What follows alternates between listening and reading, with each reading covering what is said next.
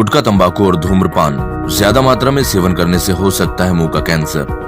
Cancer पूरे देश में धीरे धीरे बढ़ रहा है और आज लगभग 90% लोग धूम्रपान और तंबाकू का सेवन करते हैं, जिससे लोगों में कैंसर की संभावना बढ़ रही है। तंबाकू और धूम्रपान का सेवन छोड़ें और एक खुशहाल जीवन जिएं। कैंसर से हारना नहीं, कैंसर को हराना है। HCG NCHRI cancer care centre की ओर से जनहित में जारी।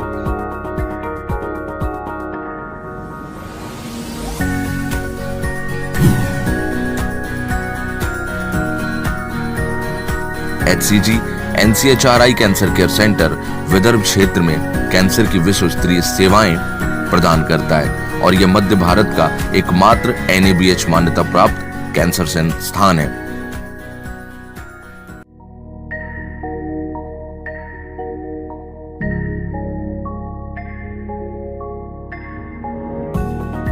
HCG NCHRI cancer care centre में अब तक सैकड़ों कैंसर पीड़ितों का सफल इलाज हो चुका है तथा HCG NCHRI cancer care centre अत्याधुनिक तकनीक के माध्यम से सफल इलाज प्रदान करता है। संस्थान विभिन्न कैंसर निदान सेवाओं और डायग्नोस्टिक सुविधाएं जैसे surgical oncology, medical oncology, radiation oncology, hemato oncology, bone marrow transplant, oncopathology, tobacco de addiction centre, PET CT scan एक ही छत के नीचे प्रदान करता है। कैंसर के बारे में और अधिक जानकारी के लिए हमारे साथ हैं वरिष्ठ कैंसर रोगतज्ञ डॉक्टर अजय मेहता। मैं doctor Ajay Mehta, director HCG NCHRI cancer centre और चीफ ऑन्कोसर्जन हूँ। आज भारत में अगर हम देखेंगे तो कैंसर की मात्रा बहुत बढ़ रही है।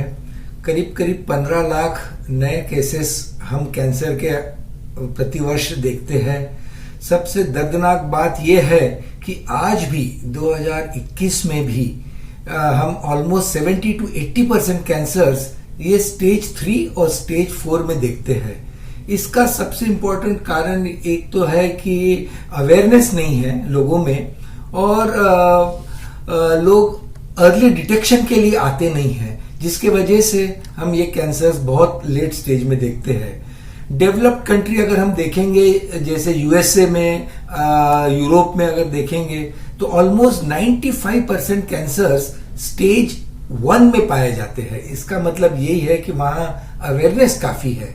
अगर हम कैंसर प्रथम स्टेज में डिटेक्ट करते हैं, जैसे स्टेज 0 या स्टेज 1 में डिटेक्ट करते हैं, तो उसमें success rate almost 95 to 100% success होता है।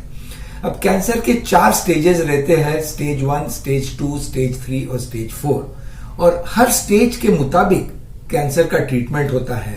अगर अर्ली स्टेज में कैंसर हो तो हम शस्त्रक्रिया यानी सर्जरी से ठीक कर सकते हैं, और अगर वो थोड़ा कैंसर आगे फैल जाता है तो उसे रेडिएशन द्वारा या कीमोथेरेपी द्वारा या और अभी बहुत अच्छे नए नए डेवलप हुए हैं ड्रग्स, जिसे हम कहते हैं टारगेटेड कीमोथेरेपी या इम्यूनोथेरेपी, जिससे इम्यून सिस्टम बॉडी का अच्छा बन जाता है और कैंसर के लिए फिर वो ट्रीटमेंट के लिए काफी अच्छा होता है।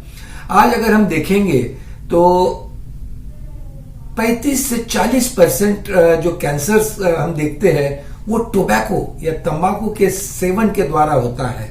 अगर हम तंबाकू का सेवन गुटखा या खर्रा के रूप में करते हैं तो ओरल कैंसर, जिसे हम कहते हैं मुंह का कैंसर, जबान का कैंसर, बक्कल म्यूकोजा, हड्डियों का ऊपर का कैंसर, स्वर नलिका, अन्न नलिका का कैंसर, ये टोबैको रिलेटेड कैंसर्स होते हैं। और अगर हम स्मोकिंग करते हैं तो लंग कैंसर यानी फेफड़ों का कैंसर होता है। तो अगर हम देखेंगे तो ऑलमोस्ट 35 से 40% कैंसर्स ये टोबैको रिलेटेड कैंसर्स है, और इन्हें अगर हम ये तंबाकू का अगर सेवन बंद कर देंगे तो ऑलमोस्ट 30 से 35% कैंसर्स हम ठीक कर सकते हैं या अवॉइड कर सकते हैं।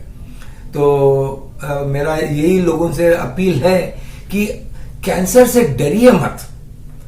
अगर कोई भी अगर आपको सिम्टम्स हो, अब जैसे हम सिम्टम्स हम बताएंगे, जैसे निगलने में तकलीफ हो या आवाज में बदल आ रहा है या कहीं गठान है तो तुरंत जांच कर लीजिए, या कहीं रक्तस्राव होता है चाहे वो खांसी में खून जाता है या पेशाब में या संडास के द्वारा कहीं खून जाता है या रक्तस्राव कहीं से भी हो, इसे सीरियसली लेना चाहिए।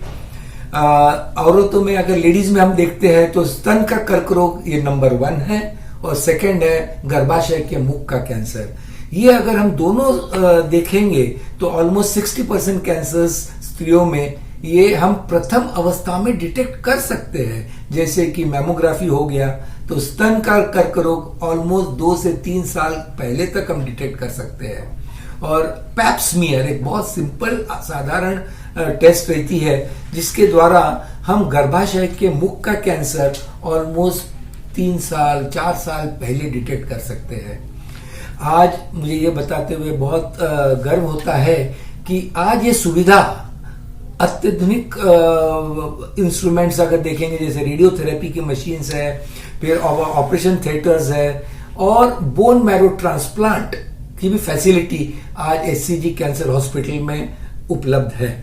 आज नागपुर का या सेंट्रल इंडिया का पेशेंट कहीं जाने की उसे जरूरत नहीं है। बेस्ट ट्रीटमेंट आज नागपुर में अवेलेबल हो सकती है कैंसर की। ये कल तक के सरकार में जो मुख्यमंत्री थे वो अपने शहर से ही बिलोंग करते हैं और उनके ही कार्यकाल के अंदर में जो 5 साल का कार्यकाल उनका चला उस और होम मिनिस्ट्री भी उनके पास थी। तो मेरा ये सोचना है क्यों नहीं ये सब चीजों पे बंधन लाए।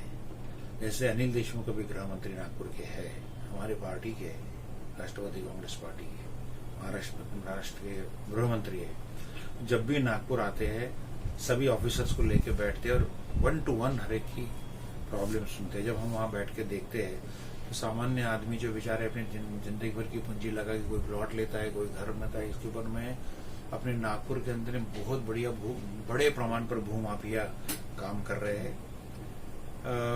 अभी भी वो जो एसआईटी बिठाई है उस पर काम चल रहा है, लेकिन अभी भी हमारे पास में रोज की केसेस आती है कि अभी मेरी प्रॉपर्टी मालकी का प्लॉट है, हड़प लिया, दूसरा कोई बैठ गया है। तो ये 5 साल में क्यों खत्म नहीं हुआ? एसआईटी उन्होंने भी बिठाई थी, मुझे मालूम है, लेकिन एसआईटी बिठा के सिर्फ कुछ पर्टिकुलर लोगों को ही ढूंढ के निकाला गया और जो अपने लोग हैं उनको छोड़ दिया गया। आज यही हो रहा है। उनके बहुत करीबी जो हमारे महिला संगठनों ने आज आंदोलन लिया है, कब्जा भी भूमाफिया है, वो लोग कब्जा भी कर लिया है और जो बेचारे उनके पास जाते हैं तो उनको डरा के गलत तरीके से उनके साथ पेश आते हैं। तो ये हिम्मत जो बढ़ी है, इन्होंने सपोर्ट किया कुछ लोगों को, तभी शहर में बढ़ी है। अब अनिल देशमुख साहब गृह मंत्री है, अभी आए हैं, मेरी तो उनको मैं जवाबदारी के साथ और ये कहना चाहता हूँ कि और कड़ा होना चाहिए। अभी भी कड़ाई उतनी नहीं है जितनी होनी चाहिए। ये डिपार्टमेंट में भी कुछ अधिकारी ऐसे बैठे हुए हैं, क्या होम मिनिस्टर ने बोलने के बाद में भी वहां तक के बात अभी भी जा नहीं रही है। बहुत जवाबदारी के साथ मैं कह रहा हूँ, मुझे बहुत दर्द है। कई लोग हमारे पास बेचारे आते हैं, हम सोचते कि इतनी ऐसी घटनाएं हो रही है, क्यों नहीं दूर की जा सकती?